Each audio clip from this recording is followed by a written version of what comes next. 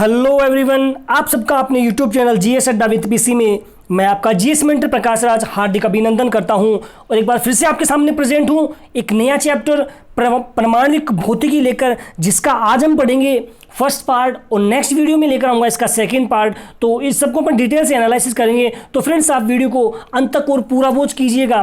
तो और अगर आपको कंटेंट अच्छा लगा तो वीडियो को अवश्य लाइक कीजिएगा और मेरे जितने भी न्यू साथी वीडियो को देख रहे हैं वो चैनल को विद बेल आइकन बटन अवश्य सब्सक्राइब कीजिएगा। तो फ्रेंड्स, बढ़ते हैं अपने कंटेंट की ओर और सबसे पहले अपन जान लेते हैं गैसों में विद्युत का संचालन किस तरह से होता है, उनके बारे में अपन डिटेल से एनालिसिस करते हैं।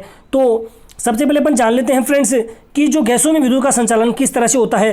तो सबसे पहले एक वैज्ञानिक हुए थे गोल्डस्टीन। 1886 ने गैसों में विद्युतीय विसर्जन का 10⁻³ मिमी पारे के दाब पर अध्ययन कर केनाल किरणों या धनावेशित कणों को देखा था। कहने को जो केनाल किरणें हैं इनके बारे में जान रहे हैं कि जो केनाल 1886 ईस्वी में गोल्डस्टीन नामक के वैज्ञानिक हुए, उन्होंने क्या किया कि गैसों के विसर्जन के लिए 10⁻³ मिलीमीटर पारे के दाब का अध्ययन कर केनाल किरण यानी कि जो धनावेशित किरणें होती है उनको सर्वप्रथम देखा और उसके आधार पर उन्होंने बताया कि इस दाब पर क्या होता है कि नली में क्रूक अदीप्त प्रकाश उत्पन्न होता है। यानी कि उन्होंने बताया जो विसर्जन नली होती है उसमें क्या होता है, इस दाब पर, कौन से दाब पर, 10⁻³ मिलीमीटर पारे के दाब पर जो क्रूक जो नली होती है उसमें क्या होता है कि तीव्र क्या होता है, प्रकाश उत्पन्न, अदीप्त प्रकाश उत्पन्न होता है।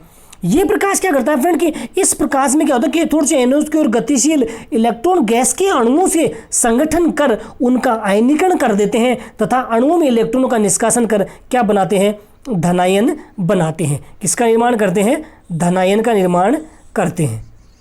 ओके फ्रेंड, किसका निर्माण करेंगे, धनायन कणों का निर्माण कर देते हैं। ये धनायन क्या करते हैं कि जब ये धनायन हमेशा कैथोड की ओर आकर्षित होते हैं और कैथोड छिद्र युक्त है, जो छिद्रों में से निकलकर केनाल किरणों के रूप में हमें दिखाई देता है। ओके, तो उन्होंने ये बताया था गोल्डस्टीन ने, उन्होंने जो विसर्जन नली के ऊपर अपना प्रयोग किया और उसके लिए उन्होंने 10⁻³ मिलीमीटर पारे के दाब पर अध्ययन किया। तो उन्होंने केनाल किरणों को, जो धनावेशित किरणें होती हैं उनको देखा और उन्हें बताया कि ये किरणें हमेशा कैथोड जिनमें जो प्रकाश उत्पन्न होता है वो कैथोड से एनोड की ओर आकर्षित गतिशील करते हुए जो इलेक्ट्रॉन के गैसीय कण होते हैं उनका संगठन कर उनका क्या करता है, आयोनाइजेशन कर देता है। आयोनाइजेशन के दौरान की जो अणुओं से इलेक्ट्रॉनों का निष्कासन कर देते हैं और धनायन का निर्माण करते हैं, धनायन बनाते हैं। ये जो धनायन होते हैं वो कैथोड से एनोड की ओर क्या होते हैं, आकर्षित होते हैं और जो कैथोड होता है वो छिद्रयुक्त होता है, तो इस छिद्रों से निकल कर कहता है केनाल किरणों के रूप में दिखाई देता है। ओके फ्रेंड, अब अपन बात कर लेते हैं कैथोड किरणों के बारे में। कैथोड किरणें क्या हैं, ये किरणें क्या होती है फ्रेंड्स, हमेशा ऋणावेशित कणों से मिलकर बनी होती है। यानी कैथोड किरणें क्या होती हैं, ऋणावेशित कणों से मिलकर बनी किरणें कहलाती हैं, कैथोड किरणें कहलाती हैं। ऋणावेशित कण का आवेश हमेशा इलेक्ट्रॉन के आवेश की क्या होता है, हमेशा बराबर होता है। यानी कि जो कैथोड किरणें होती हैं उनका आवेश हमेशा ऋण आवेशित कणों के बराबर होता है। ओके, इलेक्ट्रॉन के आवेश के बराबर होती, इनका वेग होता है वो हमेशा कैसा होता है, अधिकतम होता है। ओके, फिर नेक्स्ट अपन बात करते हैं इनकी गतिज ऊर्जा के बारे में जान लेते हैं। इनकी गतिज ऊर्जा होती है, इनकी गतिज ऊर्जा है और द्रव्यमान हमेशा क्या होता है, कम होता है और हमेशा किसके बराबर होता है, इलेक्ट्रॉन के द्रव्यमान के बराबर होता है। किसका, कैथोड किरणों का। कैथोड किरणों की जो गतिज ऊर्जा और द्रव्यमान वो तो हमेशा कम होते हैं और हमेशा किसके इक्वल होते हैं, जो इलेक्ट्रॉन होता है इलेक्ट्रॉन के आवेश के हमेशा इक्वल होते हैं। ओके, इनकी आयनीकरण क्षमता होती है वो हमेशा कम होती है, जबकि इनकी भेदन क्षमता क्या होती है, हमेशा अधिक होती है। बात करें विशिष्ट आवेश की, तो विशिष्ट आवेश बराबर क्या होता है, E/m होता है। ये जो E/m होता है ये क्या होता है कि सार्वत्रिक नियतांक कहलाता है। क्या कहलाता है, सार्वत्रिक नियतांक। तो अगर आपसे कोई पूछा जाए कि कैथोड किरणों का विशिष्ट आवेश क्या होता है, तो क्या होगा, E/m होता है, जो ये क्या होता है, एक सार्वत्रिक नियतांक होता है। ओके फ्रेंड, तो आई होप सो आप समझ पाए होंगे। नेक्स्ट अपन बात करते हैं थॉम्सन प्रयोग। थॉम्सन प्रयोग के मुख्यतः फ्रेंड्स 3 भाग होते हैं। पहला भाग होता है विसर्जन नली, जो धनायन स्रोत होते हैं। सेकंड होता है क्षेत्र कक्ष और थर्ड होता है पर्दा या ग्राफिक प्लेट होता है। तो इसमें क्या होता है कि जो इस स्पेक्ट्रोग्राफ में जब धनायन किरण पुंज परस्पर समानांतर विद्युत तथा चुंबकीय क्षेत्रों की दिशा के लंबवत दिशा में गति करता है, यानी कि इसके अंदर जो स्पेक्ट्रोग्राफ में जो धनायन किरण पुंज होता है वो क्या करता है, परस्पर समानांतर विद्युत तथा चुंबकीय जो क्षेत्र होता है उसकी दिशा के लंबवत दिशा में हमेशा क्या करता है, निरंतर गति करता रहता है। तो जो हमेशा किसके इक्वल होता है, E इक्वल के हमेशा होता है किसके, B के होता है। तो लेकिन E व B क्या होता है, हमेशा किसके लंबवत होते हैं, हमेशा किसके लंबवत होते हैं, V के लंबवत होते हैं। यानी कि जो E और B होता है जो ई और बी ये किसके लंबवत होते हैं, हमेशा वी के लंबवत होते हैं। ओके फ्रेंड, तो आप समझ पाए होंगे। नेक्स्ट अपन बढ़ते हैं। अब अपन देखो इस चित्र डायग्राम से अपन अच्छे से कुछ जान लेते हैं कि किस तरह से। तो फ्रेंड्स ये आपके सामने देखो यहाँ दिखा रखा है कि ये क्या है, कंट्रोल ग्रिड है जिसको एक गैसीय पाइप होता है, ठीक है। तो जब इसमें से गैस प्रवाहित होगी तो क्या करेगी, इसमें जब हीट पैदा होगी तो जो कैथोड क्या करेगा, इनको आगे के इलेक्ट्रॉन बम के रूप में वो आगे की ओर प्रवाहित करता है। और इसके जस्ट ऊपर की क्या रहता है, इलेक्ट्रॉन की जो मैग्नेट लगी होती है, वो मैग्नेट क्या करती है, इसको क्या करती है, कॉन्जुगेट करती है, इसको आकर्षित करने में नहीं रहता है। कैथोड किरणें कैसी होती है, ऋणावेशित किरणें होती है। तो इसमें क्या रहता है, आवेश प्रदान करती हैं। आवेश प्रदान करने के बाद में ये किसके बम के रूप में, यानी कि इलेक्ट्रॉन बम के रूप में जाके इस दीवार के ऊपर टकराती है जो फ्लोरोसेंट स्क्रीन होती है। ओके, और इसमें जो डिफ्रैक्टिव कोइल्स लगी होती हैं वो इसको क्या करती हैं, इसके परत का निर्माण करने का कार्य करती हैं। ओके फ्रेंड, तो आप अच्छे से समझ पाए होंगे। नेक्स्ट बढ़ते हैं, थॉमसन के बारे में और अपन जान लेते हैं किसकी किस तरह की व्यवस्था होती है।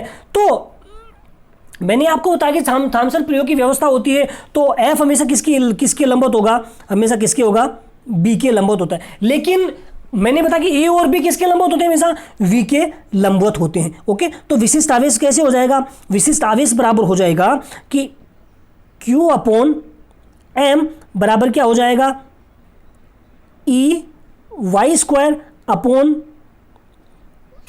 बी स्क्वायर एल डी अक्स हो जाएगा।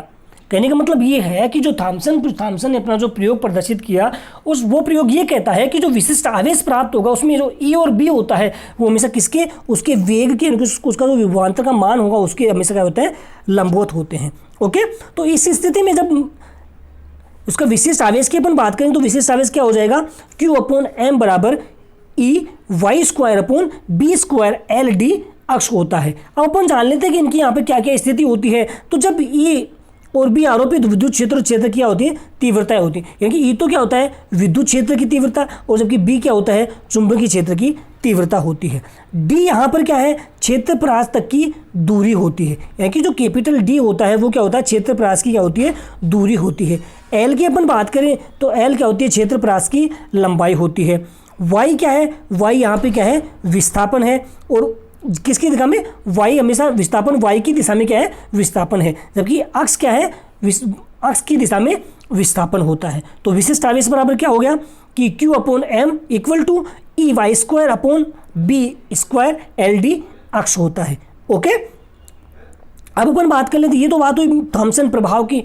और अगर फ्रेंड एक बार इसको आप दोबारा से रीड करेंगे तो आपको अच्छे से याद हो जाएगा। अब अपन बात करते हैं मिलिकन का तेल बिंदु प्रयोग। तो रॉबर्ट मिलिकन नामक वैज्ञानिक ने इलेक्ट्रॉन के आवेश को मापने के लिए तेल बूंद प्रयोग को संपादित किया था। यानी कि जो मिलिकन का तेल बिंदु प्रयोग उसको देने वाले कौन थे, रॉबर्ट मिलिकन थे। कौन थे, रॉबर्ट,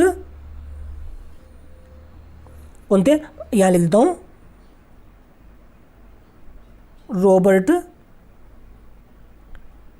मिलिकन थे। कौन थे, रॉबर्ट मिलिकन थे।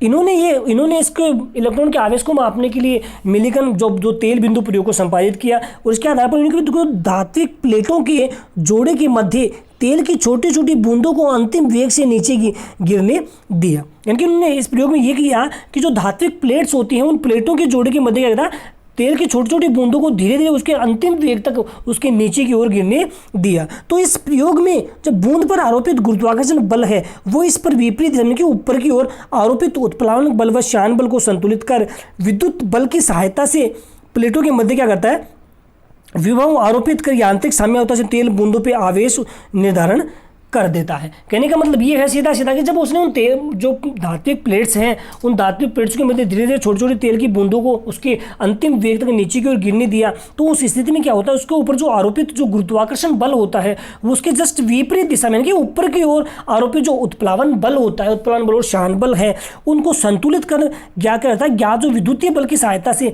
उन प्लेटों के मध्य क्या करता है, विभव को आरोपित कर उसमें जो यांत्रिक साम्यावस्था से तेल की बूंदें होती हैं उनके ऊपर आवेश का निर्धारण कर देता है। ओके, उसके निर्धारण करने के बाद में क्या होता है कि जो गिरती हुई तेल की बूंदें होती हैं उनका उसने क्या किया, विस्तार से अध्ययन किया, यानी कि उस बूंदों का चयन करके उसका अध्ययन करना प्रारंभ किया। तो जब विद्युत क्षेत्र की अनुपस्थिति में इसका अंतिम वेग V1 हो तो स्टोक के नियम से बल बराबर क्या हो जाएगा, यानी कि F बराबर क्या हो जाएगा 6PRH_V1 हो जाएगा। क्या हो जाएगा, तो F तो स्टोक के नियम से क्या हो, यानी कि जब उसने ये बताया कि उसने जो वो तेल बूंद का चयन को उसका अध्ययन किया तो उन्होंने पाया कि जो विद्युत क्षेत्र की अनुपस्थिति में इनका जो अंतिम वेग V1 होता है तो उस स्थिति में स्टोक का जो नियम होता है वो ये कहता है कि F बराबर क्या हो जाएगा 6PRH_V1 हो जाएगा। यहाँ पे जो N जो नीटा होता है, इसको इससे इस सिंबल से प्रेजेंट करते हैं नीटा, ये क्या होता है हवा का श्यानता गुणांक होता है, जबकि R क्या होती है, ये बूंद की त्रिज्या होती है। ओके, जो तेल की बूंद होती है उसकी त्रिज्या को किससे रिप्रेजेंट करेंगे, R से रिप्रेजेंट करेंगे, जबकि उसकी श्यानता गुणांक है वो किसको, उसको नीटा से रिप्रेजेंट करेंगे। ओके फ्रेंड, तो इस स्थिति में एक पूर्ण गोलीय बिंदु के आभासी भार का बात करें तो वो कितना होगा, W बराबर कितना हो जाएगा 4/3 πr³ G कोष्टक में रो माइनस रो एयर हो गया, यानी कि एयर ये तो क्या हो गया, रो एयर का मतलब हवा का जो हमें शांता गुणांक, और R³ क्या है, बूंद की त्रिज्या। ठीक है, पाई का मान कितना होता है 22/7 होता है, जबकि एक पाई का 4/3 इसकी एक निश्चित इसका आभासी भार होगा। तो W बराबर क्या हो जाएगा 4/3 πr³ G P minus P air होता है। ओके, तो इस स्थिति में जो विद्युत क्षेत्र होता है वो विद्युत क्षेत्र क्या हो जाएगा, FE बराबर क्या हो जाएगा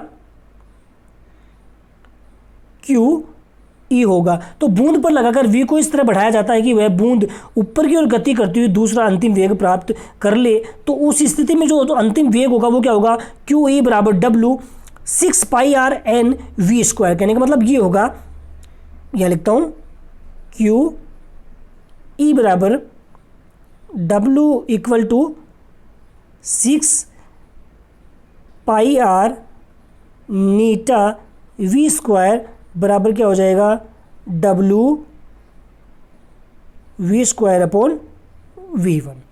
तो क्या होगा QE बराबर क्या हो जाएगा W, यानी कि W क्या हो गया, उसका वेग, उसका भार हो गया, ठीक है, वेट हो गया। QE क्या है, ये उसका विद्युत क्षेत्र पर उसका एक निश्चित मान है, तो उसे, और जबकि पाई आर ये क्या है 6πRN नीटा V² बराबर क्या हो जाएगा WV²/V1 हो जाएगा। ओके फ्रेंड, तो उसे ऊपर की ओर इस तरह से, तो जहाँ पर जो E हो, जहाँ पर जो E है, E बराबर क्या हो जाएगा V/D। तो V तो क्या होता है विभवांतर होता है, जबकि D क्या होता है प्लेटों के मध्य की दूरी होती है। ओके फ्रेंड, तो आप समझ पाए होंगे। बढ़ते हैं नेक्स्ट।